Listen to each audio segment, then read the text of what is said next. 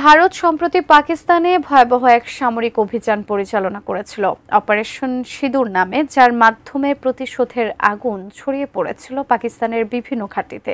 পাকিস্তানে ভারতের তাণ্ডব ও ধ্বংসের চিত্র এবার ধরা পড়েছে স্যাটেলাইটের চোখে।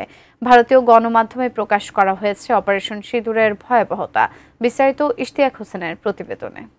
आतंकियों ने हमारी बहनों का सिंदूर उजाड़ा था, इसलिए भारत ने आतंक के ये हेडक्वार्टर्स उजाड़ दिए। অন্ধকারে ঢেকে থাকা আকাশ হঠাৎ ৭ মে জ্বলে উঠেছিল আগুনের রেখায়। তারপর একের পর এক বিস্ফোরণ যেন কোনো গল্প নয়, বাস্তবেই এক রুদ্ধশ্বাস যুদ্ধের দৃশ্যপট সৃষ্টি করেছিল।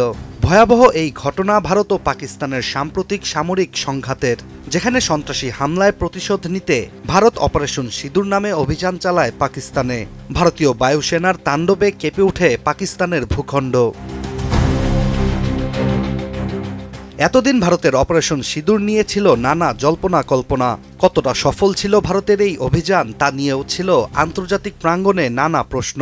তবে শুরু থেকেই ভারতের দাবি ছিল অপারেশন সিঁদুর এর লক্ষ্য অর্জন করতে সক্ষম হয়েছে।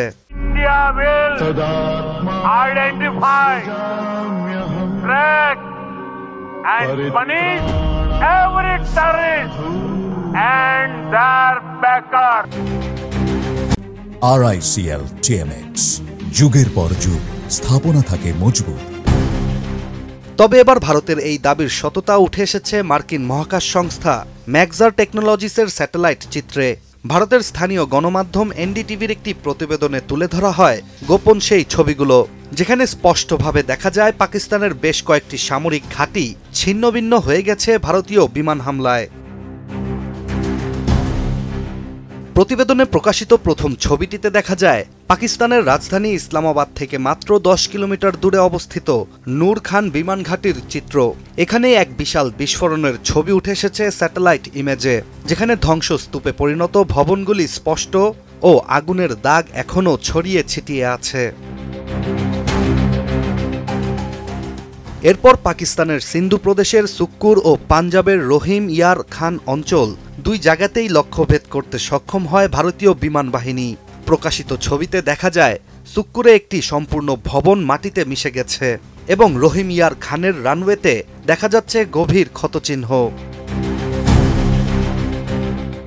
এছাড়া জ্যাকবাবাদে শাহবাজ এয়ারবেসে ভারতের হামলা ধ্বংস করে দিয়েছে একটি মূল হ্যাঙ্গার, আর সারগোধার মুসাফ এয়ারবেসের রানওয়েও ব্যবহারের অনুপযুক্ত হয়ে পড়েছে।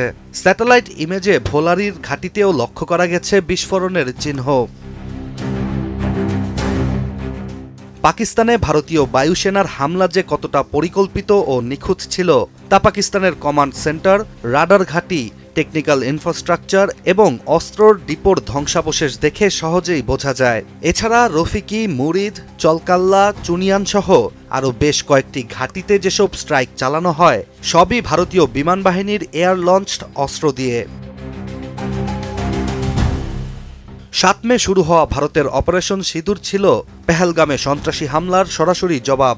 এর মাধ্যমে ভারতের দাবি তাদের বাহিনী এক রাতের মধ্যেই ধ্বংস করে দেয় ৯টি জঙ্গি ঘাঁটি, মেরে ফেলে ১০০রও বেশি জঙ্গি। পাকিস্তানও চুপ করে বসে থাকেনি। পাল্টা হামলায় একাধিক ড্রোন ও মিসাইল এসে পড়ে ভারতের পশ্চিম সীমান্তে। ক্ষতির মুখোমুখি হতে হয় ভারতকেও, নিজেদের বহরের সবচেয়ে অত্যাধুনিক যুদ্ধবিমান হারিয়ে। তবে বর্তমানে যুক্তরাষ্ট্রের মধ্যস্থতায় দুই দেশের মধ্যে যুদ্ধবিরতি চলছে। তবুও ভারত পাকিস্তানের সীমান্ত এখনও অনেকটাই উত্তপ্ত। Ishtiaq Hossain, ATN news.